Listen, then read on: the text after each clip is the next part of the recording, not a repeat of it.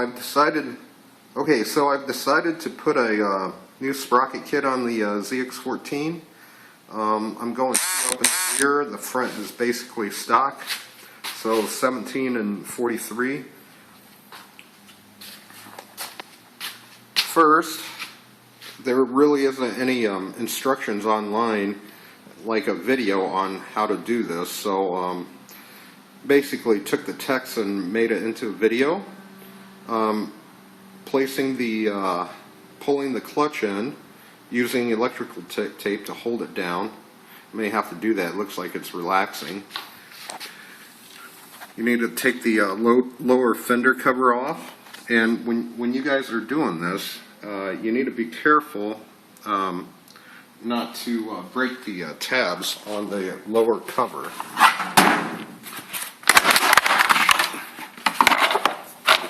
As you can see, these are the tabs. So you got to make sure you pull back this way. You see, once you remove the 3 bolts and all the other bolts, it pulls back pretty easy.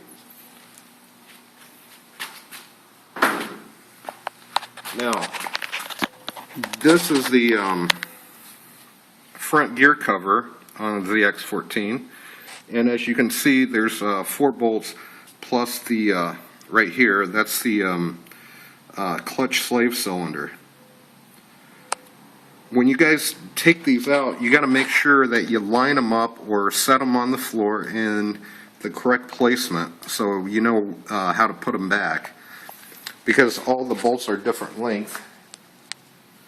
As you can see, there are my 4 bolts for the cover, the top 2 and the bottom 2.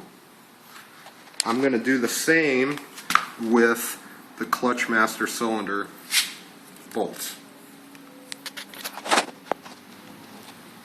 Okay, so now I got to make a revision here. The lower 2 bolts, this one and this one, can stay in.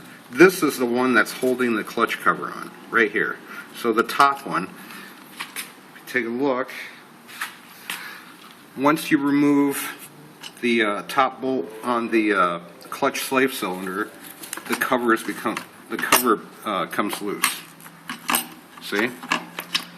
Now you just have to work it out and then pull it to the side. Okay, so after I remove the cover, I flattened out the washer that retains the nut. Once you flatten the washer out, I used a 27mm impact socket, and you can't use one of those cheapy impact guns. You got to use a really high torque one. This happens to be an Ingersoll Rand 2131, but it has, I think, 750 foot-pounds of brake torque, so it'll break anything off. And as you can see, took but probably a couple of seconds to loosen the nut. There you go. Okay, so now I have the front cover off and the pinion, front pinion or front sprocket gear loosened. I can move on to the rear. I'm going to be removing the chain covers and loosening up the rear tire for removal. So basically removing the rear tires, you would have to loosen these up and push them forward. So you loosen the nut first and then start screwing this in, so it gives the wheel some slack so the chain can come off from the back and allow you to pull the wheels off.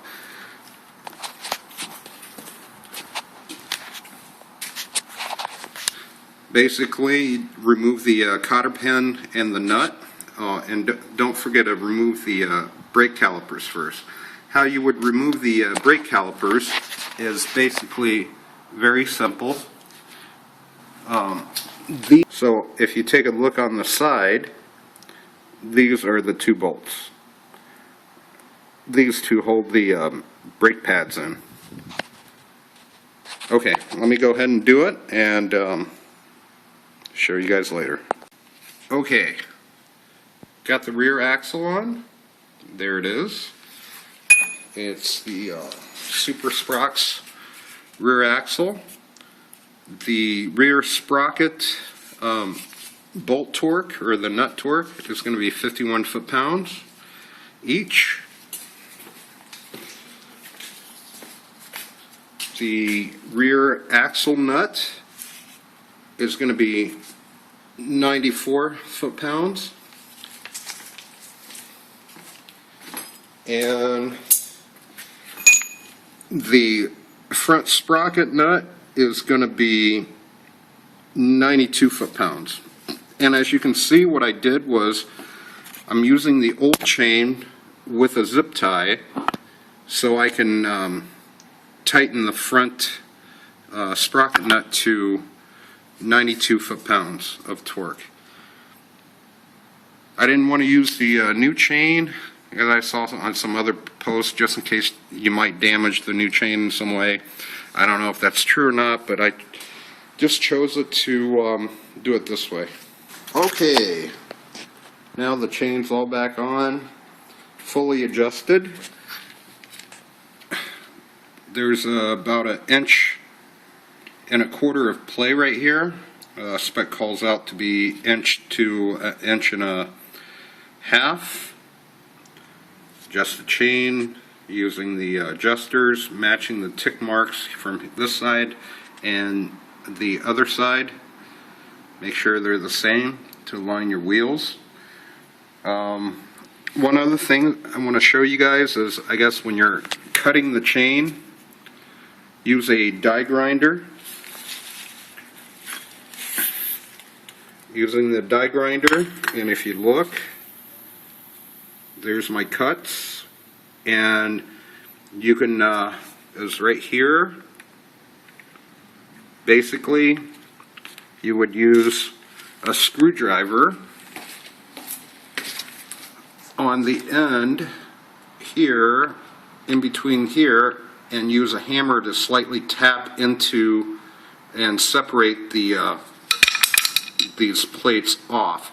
But first you have to die grind it. So I took one link out from my 120 link chain for the 17 in the front, 43 in the back. Another thing is, I guess when you're putting the cover back on, there's a screw